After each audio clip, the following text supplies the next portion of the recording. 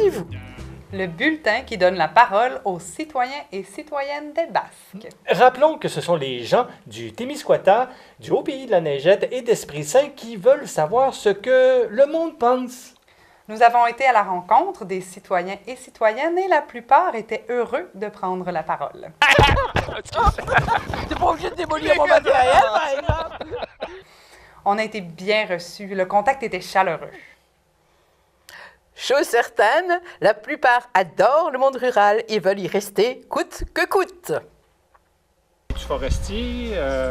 T'es-tu agriculteur? Tu un vendeur de dope, je sais pas. Je suis nul caché. Je Pablo Escobar court après moi, OK? C'est une forme de sacrifice à aller travailler à l'extérieur, là, pareil. Là. Tu sais, exemple, tu veux un jardin, tu veux des petits animaux chez vous.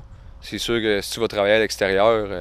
Comme à la BGM. Ouais, c'est en plein ça. T'es parti 14 jours, un mois, c'est de valeur, mais tu reviens, tes poules vont être mortes. Là. La proximité avec les gens qui est facile, tout le monde se connaît, fait qu'il y a toujours un respect mutuel, puis quand on a un message à faire passer, bien, ça passe facilement d'une oreille à l'autre. Comme nous, on a une ferme maraîchère, fait que tout le monde sait dans le village qu'il y a une nouvelle ferme maraîchère dans le coin. Fait que ça, c'est un bon avantage. Moi, je reste en campagne à Saint-Éloi. On est 300 personnes. Tout le monde se connaît. Fait que si Nug est mal pris, on va arrêter, on va les aider. Mais même dans une petite ville comme Trois-Pistoles, tout le monde se connaît. Fait que si tu t'éternues, tout le monde le sait aussi.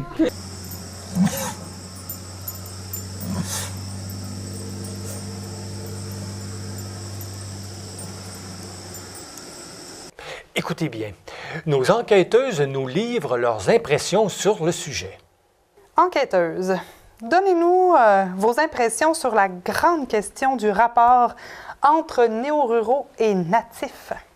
Mais néo-ruraux, nouveaux arrivants. Donc, ce sont des gens qui viennent d'arriver, qui viennent d'arriver de Montréal ou qui viennent d'arriver d'ailleurs. Généralement, les 3 premiers mois, ils ressentent une certaine lune de miel. Ils sont en lune de miel, mais ça ne dure pas nécessairement longtemps. Personnellement, moi, je me suis très, très bien adaptée. Oui. Le choc culturel n'a pas eu lieu.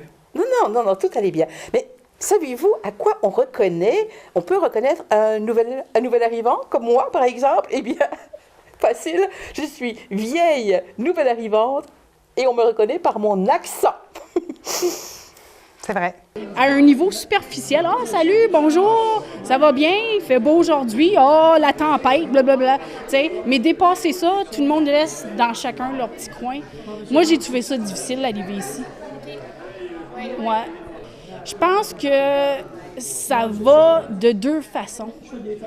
Parce que dans les petits villages, on dirait que oui, c'est plus chaleureux, le monde se connaisse plus, mais c'est aussi très clic. Les familles entre eux, ils n'ont pas besoin de connaître du nouveau monde parce qu'ils ont 20 personnes dans leur famille, puis ça les suffit. T'sais, mais en même temps, ça serait le fun que la région soit plus accueillante. Je vis pas de difficultés vraiment. Au niveau de notre entreprise, c'est sûr que le manque de personnes, de nombre d'habitants, c'est sûr que c'est pas facile. Il faut se diriger vers Rimouski ou Trois-Pistoles ou Rivière-du-Loup. Mais sinon, en tant que nouveaux arrivants, non. C'est une ferme maraîchère, oui, une petite micro-entreprise maraîchère qu'on va développer avec les années. Là. On fait des paniers hebdomadaires. Puis ça fonctionne? Oui, cette année, on a 11 partenaires. Puis on va vendre aussi quelques légumes au resto du Vieux-Couvent, au village. Leurs légumes d'hiver, surtout, là. Les choux, les oignons, des carottes, des trucs chauds.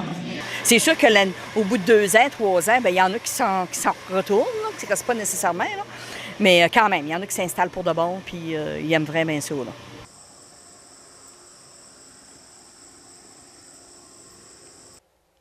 Nombreux sont ceux qui tombent sous le charme de la ruralité.